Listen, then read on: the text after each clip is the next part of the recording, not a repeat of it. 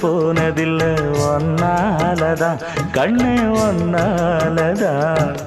யார் பேச்சு கேட்டாலும் என் காதில் கேட்பதெல்லாம் உன் பேருதான் நெத்தான் உன் பேருதான்.